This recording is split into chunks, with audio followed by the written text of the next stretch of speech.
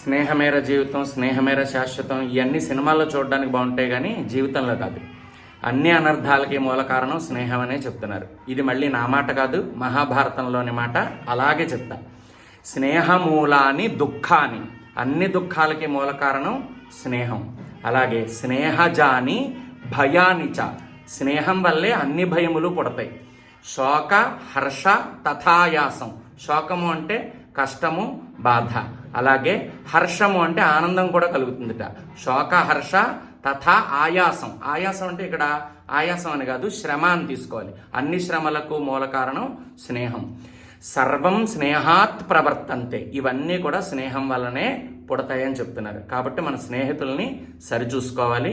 ఒకవేళ మనం స్నేహం చేయవలసి వస్తే మంచివారిని ఎంచుకోవాలి, లేదా భగవంతుడితో స్నేహం చేయడం అన్నిటికన్నా ఉత్తమమైన మార్గం, అర్జునుడు కృష్ణుడితో చేసినట్టు.